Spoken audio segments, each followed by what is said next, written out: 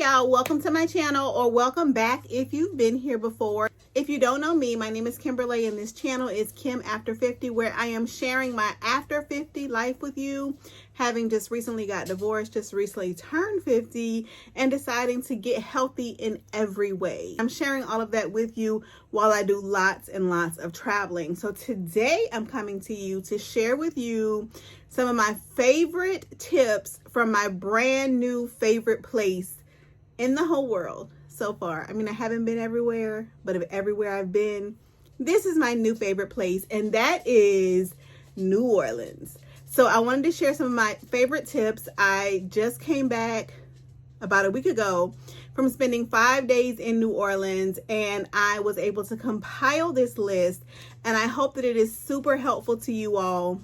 Before I get started, please go ahead and do me a favor and subscribe to the channel. Y'all, we are less than 20 subscribers from reaching our 1,000 subscriber mark, and I am so very excited about that. So please subscribe to the channel. If you have any tips for visiting New Orleans, please share them in the comments, because I'll be going back really soon. I'd love to put your favorite tips to use when I go back. So the first tip I have for you, if you've never been to New Orleans, or even if you've been but you just love it like I love it, is to visit the channel New Orleans Tours by Foot. They do free and affordable walking tours. I know they used to be, the tour was free and then you could tip or pay at the end whatever you felt like the tour was worth, but I do think from some videos I watched recently that they have changed that, and so I'm sure the tours are still very affordable, but they are, even if you don't tour with them when you get to New Orleans, they are a way to get your New Orleans fix, because they have full-length tours on their channel of different areas and different, must-see places in New Orleans. The tour guides that I've watched videos from are all absolutely wonderful and so knowledgeable. So that is going to be my first tip, is for you to go over, I was about to say right now, not right now, finish watching my video and then go over to their channel and spend some time in New Orleans with them as your tour guide. I don't think you will regret it. Tip number 2 is be ready to walk. You all, I am on a health journey. I am not yet physically fit enough to do like a 2-hour walking tour, but New Orleans is a walking city. There is so much to see and do, and a lot of it is right in close. So be ready to walk while you're in New Orleans. Now, if you are like me, and you are unable to spend a whole day walking, there are some alternatives. We did several bus tours where they would drive you to the place and then you get out and then you walk around and get back on the bus. But I just feel like I missed so much by not being able to just do the walking. So if you're able to get in your steps now so that you're prepared to do the walking when you get to New Orleans. Tip number 3 is going to be check the weather. Depending on what time of year you go, be prepared for heat, be prepared for humidity. I mean, like, be prepared for swamp-like conditions. Be prepared for rainy days. We had a couple really rainy days while we were there. So check the weather and be prepared for varying weather conditions. The humidity, and I'm from Florida, you all, but the humidity was something serious while we were in New Orleans. Number 4, a lot of people, like, when you have an idea of New Orleans, you're thinking Bourbon Street, but one of our Lyft drivers suggested to us to also visit Frenchmen Street for a more authentic New Orleans vibe. We had multiple people tell us that Bourbon Street is really just touristy. Like, we literally had one person say, y'all hang out on Bourbon Street, we hang out on Frenchmen Street. So make sure that you visit Frenchmen Street. The vibe is really something special. And from what I'm told from the New Orleans natives, it's more an authentic New Orleans vibe than Bourbon Street. Tip number 5, one of our bus drivers gave us this tip. He said, moderation, moderation, moderation. If I can find the clip, I'll put it here. Moderation. Where you at? Where you at? I want to see you. Moderation. You in the back. Yeah. Moderation, all right? It's worth repeating 3 times, folks. Moderation in our merriment, moderation in our booze, and even finally moderation in our food. But he told us to make sure that we exercise moderation in their food, in the drink, and in the festivities, I believe was the third one, because he said a lot of people mess up on the first day by overdoing it, and then they aren't able to get the most out of the rest of their trip. So moderation, moderation, moderation. We even had a Lyft driver say that some of their festivals, like when they're advertising the festival, they will have like a warning about if you are diabetic or have high blood pressure, to take it kind of easy. So moderation, moderation, moderation, because everything is so good. The food, the vibes, everything is so good. You just want it all. But moderation, moderation, moderation. Number 6 is going to be to weigh your pros and cons, like your cost versus your convenience, when it comes to whether or not you want to have your own transportation while you're visiting. Parking can be very expensive, and it can be a hassle. Some of the streets in the quarter at different times of the day can be difficult to impossible to get through and navigate. So weigh the pros and cons, what you want to do while you're there versus the cost versus the convenience, on whether or not you want to have your own transportation available to you, or whether or not you're going to be good with public transportation and ride sharing services. Tip number 7 is going to be don't limit yourself to the quarter. Visit out beyond the French Quarter. Visit the Garden District has such beautiful architecture. The houses are so beautiful. The city park is humongous and has so much to offer. The Treme, I hope I'm pronouncing that right, rich with history, with African American history. So make sure that you go outside of the French Quarter and see what there is, because there is just so much to see in every nook and cranny of New Orleans. Tip number 8 is going to be to carry cash. We saw a couple vendors that only accepted cash, but also we realized that we tipped a whole lot on this trip.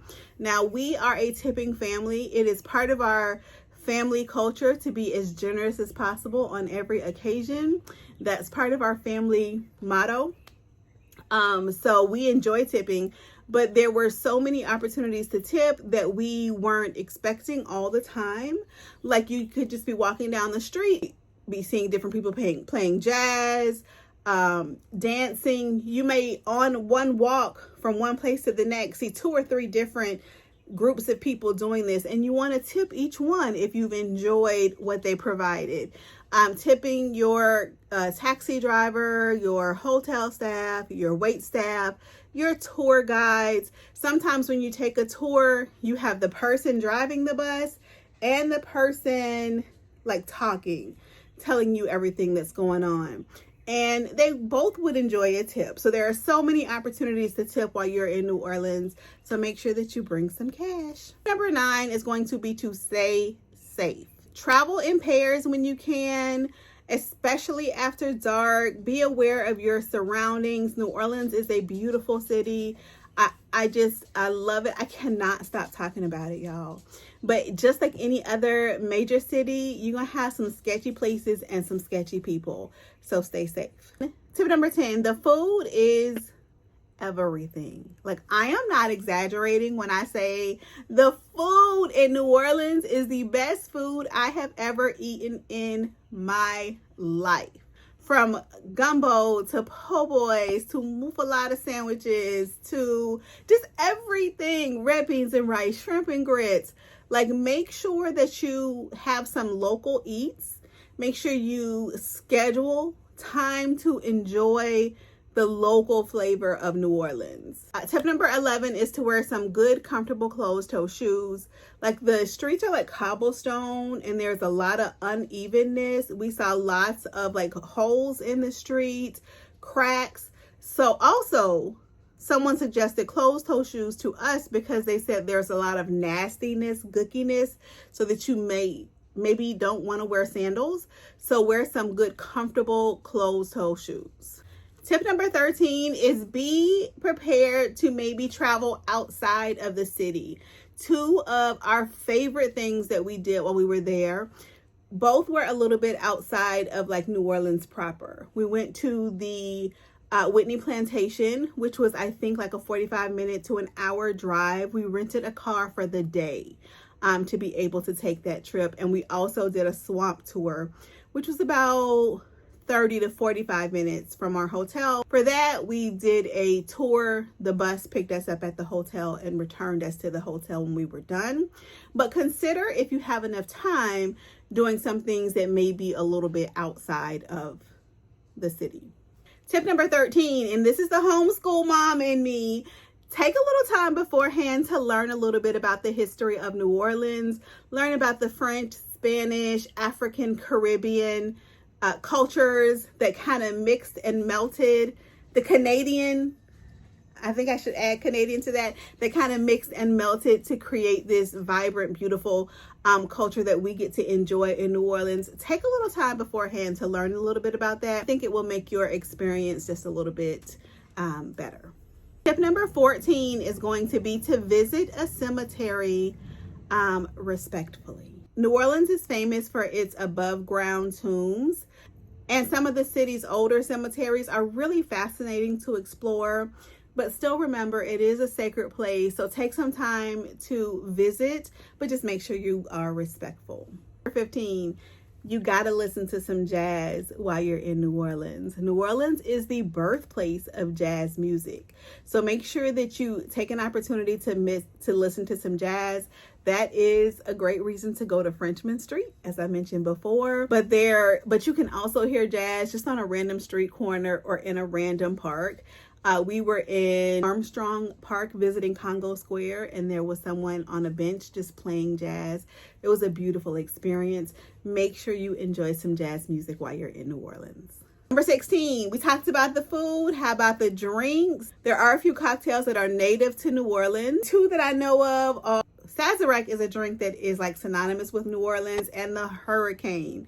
So if you drink, make sure you try those, of course, responsibly, to add a little bit of something to your New Orleans vacation. Number 17, we didn't experience it, but we heard that pickpocketing is something that happens. So make sure that you keep an eye on your belongings, keep them close to you. We carried a crossbody with the purse kept in front of us while we were there. Just be mindful of that.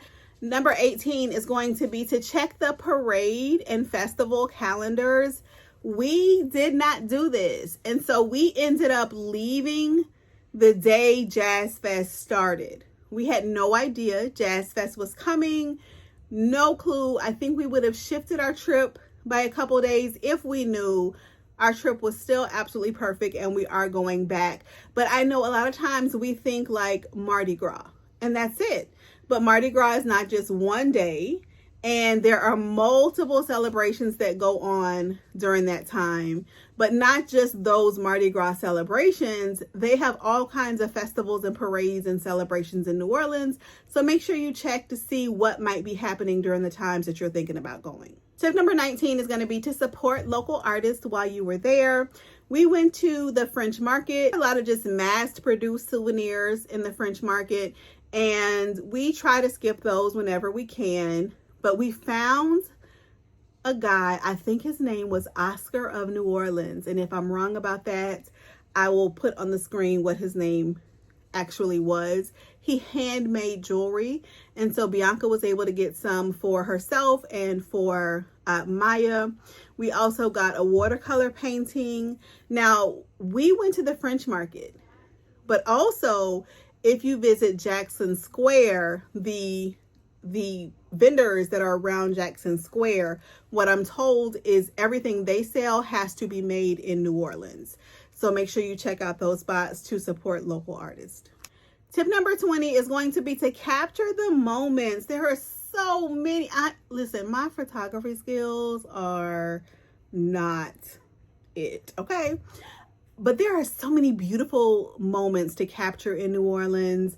So many beautiful buildings, old architecture with influences from the French and the Spanish, and just so much to see. make sure you take out that camera or that phone, capture some of that beauty, whether in video or a photograph, but just those are going to be the best souvenirs, your memories and just the pictures and video that you're able to capture, because New Orleans really is like a photographer's dream. Those are my top tips for visiting New Orleans. If you found this helpful, please be sure to like, comment, and subscribe to the channel for more travel content and midlife pivot inspiration. As I said in the intro, if you don't know who I am in the process of rebuilding my life, which I did not expect to have to do in this season of my life. But can I tell you, it's good. It's good. I have my moments, but I can tell you all, this midlife pivot has been amazing. So make sure you subscribe if you want some more of that or more travel content. I appreciate you watching the video. I hope to see you on the next one, or maybe at sea one day or somewhere else in this big, beautiful world. Bye-bye.